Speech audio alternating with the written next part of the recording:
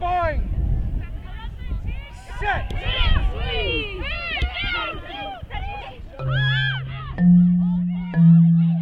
I much prefer kind of contact sports to just running or just other sports and team sports especially, and rugby is such a team, community, unit sport. It's so inclusive. It's one of the most inclusive sports that I've ever been involved in. Because I played hockey for most of my life, and you can't hit in hockey. The rules aren't the same, and when I got a chance to hit, well, I've had a couple injuries along the way, but you know, you love it and you do it for the sport. You can be any shape, any size. You can be tall and strong, or you can be short and shifty. There's just a place for everybody in rugby, which is what I love about it. I think it's really cool. It's one of the only sports in the world that women and men have the exact same rules. So I think it's really neat to be a part of a sport that empowers women in that sense. They accept that women can do whatever men can. Like, we have the same size ball, we have the same size field, we have the same rules. Like, why not?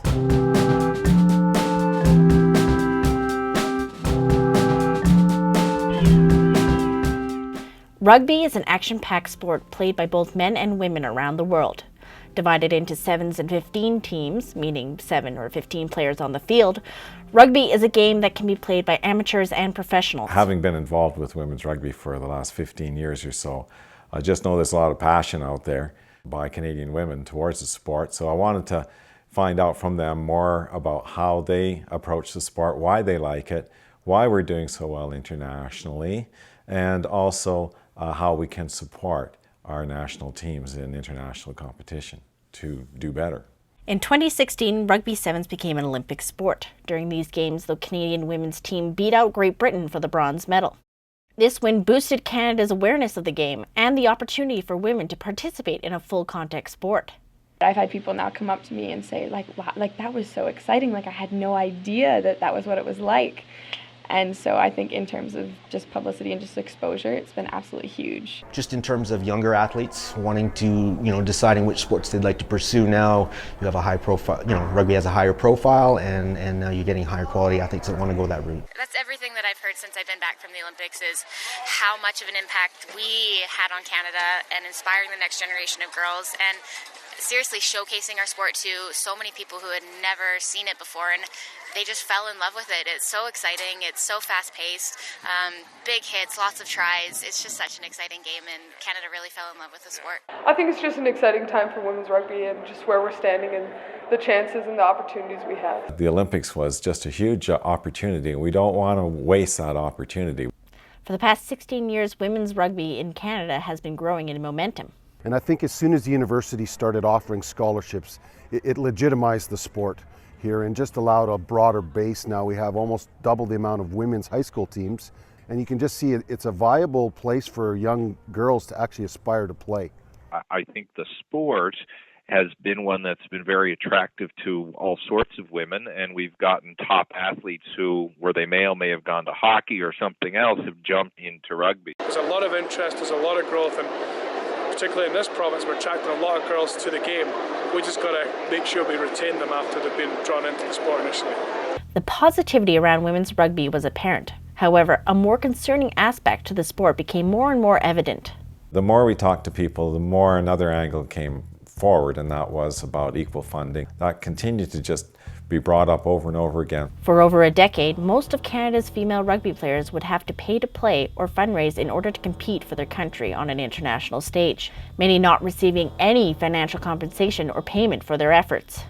There's a lot of angst, from the girls. You looked at them and they're having to give up their time to be there for this amount of time, and then having to pay for that. And that was really tough as a coach to say, I want you to take a week off work and I want you to give us $1,000 to come play rugby. You should never have to pay to represent your country.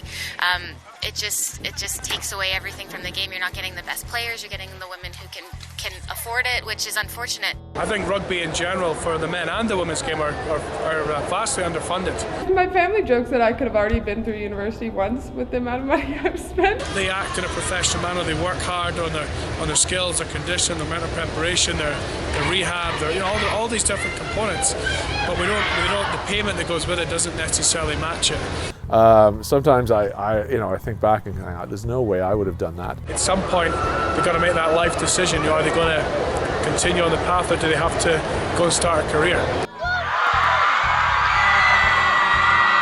When asking retired and current players about the funding discrepancies, one group was more forthcoming with answers. Players who were retired from the national team were pretty open about the financial sacrifices that they had to make and the concerns that they had about underfunding for the program when they were involved. The players who are still playing for the national team were much more hesitant to talk about it, were kind of reluctant to share their concern. Maria Sampson, a former national player, describes how players aren't just paying out of pocket for tournaments and games, but for other essentials as well. And then there's everything on top of that in terms of your provincial fees. So that's been $1,000 minimum. There's the time that you take off work, but when I took off for more than my holidays allowed me to, I'd simply go unpaid.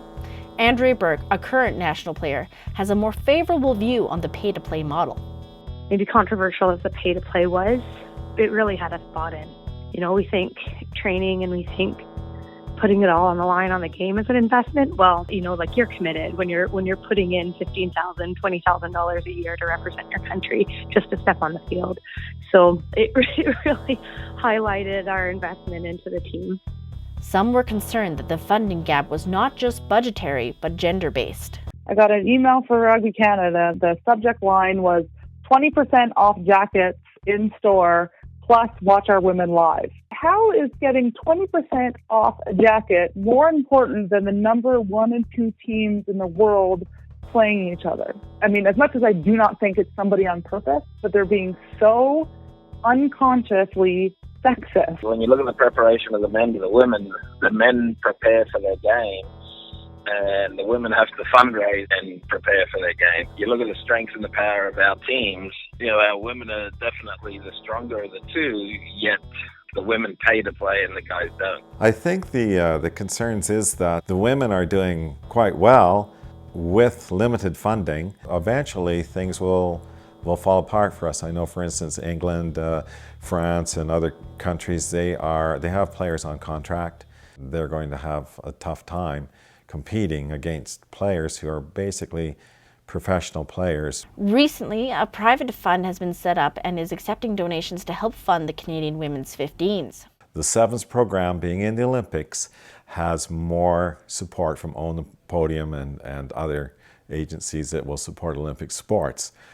So the Monty Hield Fund was established to help out our players on the women's 15s who didn't have that kind of financial backing. Because Canada is actually ranked quite high up in the world, and the fact that they have been having to pay in the past is pretty ridiculous in comparison to, compared to the men's, and they really deserve that.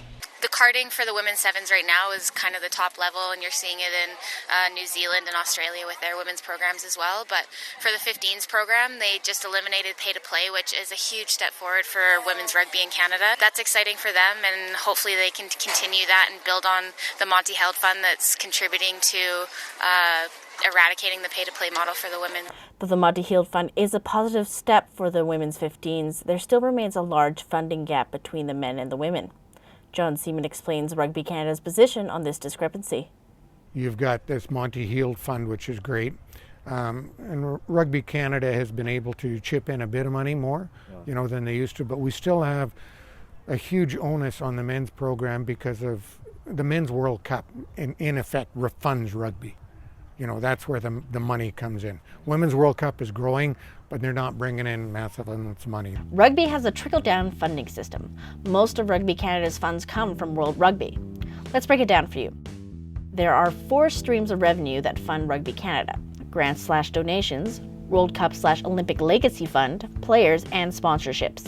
We are using the 2015 tax information as the 2016 taxes are not available at this time.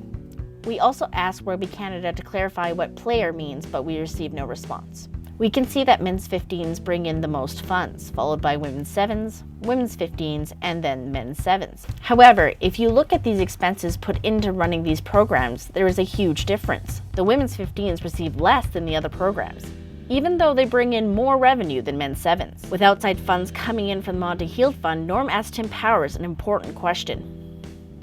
women will no longer have to pay to play.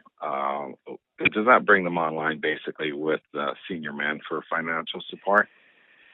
No, it doesn't yet. It's a step in the right direction. We currently have, with the men, 15s men who aren't sevens athletes. We have a centralized funding program that we are hoping eventually we can create for the women. With the women's team's current trend toward success, in spite of the funding issues, questions still remain on how the sport itself can grow and receive the attention these women are working so hard to deserve.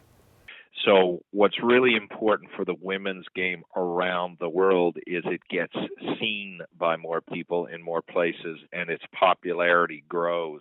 If World Rugby was serious about growing the sport, they would put way more funding and promotion into women's rugby.